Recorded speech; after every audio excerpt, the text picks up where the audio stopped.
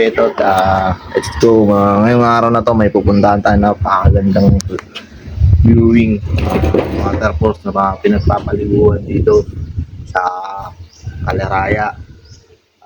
Malapit lang yan dito sa Camote Resort.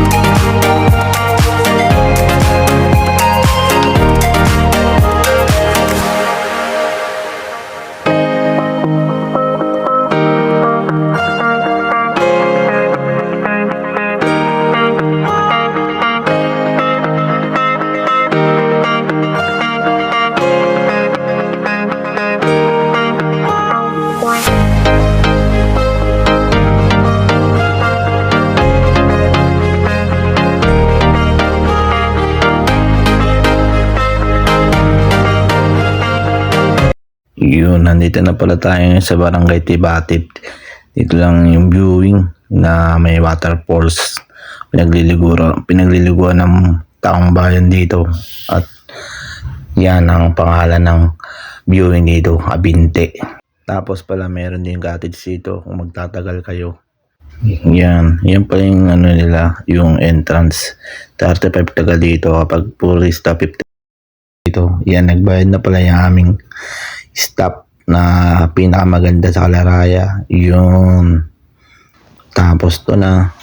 Yan na. Bababa na tayo ngayon sa falls.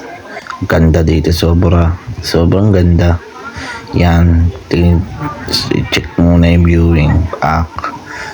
Ang daming tao. Sobra. Kasi yung ganda talaga eh.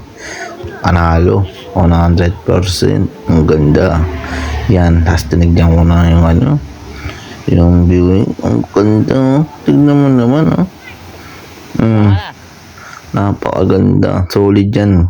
Saka natural yung tubig ng galing bundok talaga. Sarap po. Sana napakagang sa kalo. Yan, tapos yan. Bumaba na kami sa baba. Yung may parang falls.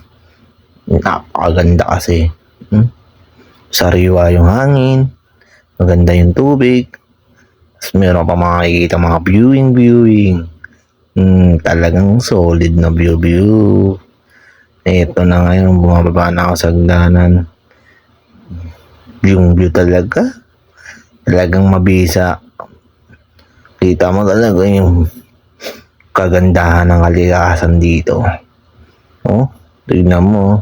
Kapag malakas ang agos ng tubig dyan, talaga to, malawak yung tubig sa mataas, kaya di sila nagpapaswimming.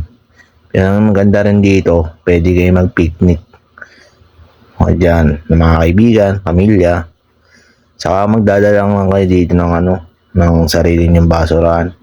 Siyempre bawal magkalat dito. Ganda-ganda ng view, ganda-ganda ng kalikasan, natin sirain. As yan, nag-swimming na ako.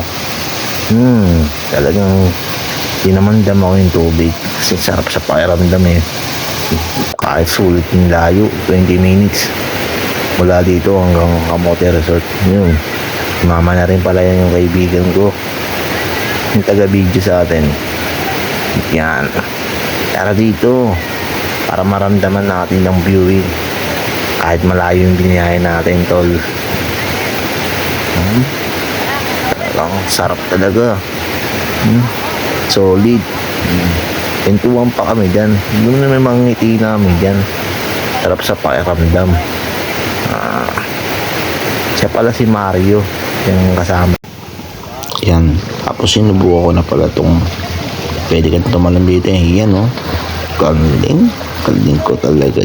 Yan. Binyo ko muna po. yung lugar. Tapos kung pupunta po kayo dito, magdala po kayo ng trash can kung magpipiknik po kayo dito, Bodal Park, upang mapanatili daw po yung ganda ng kalikasan dito sa lugar nila.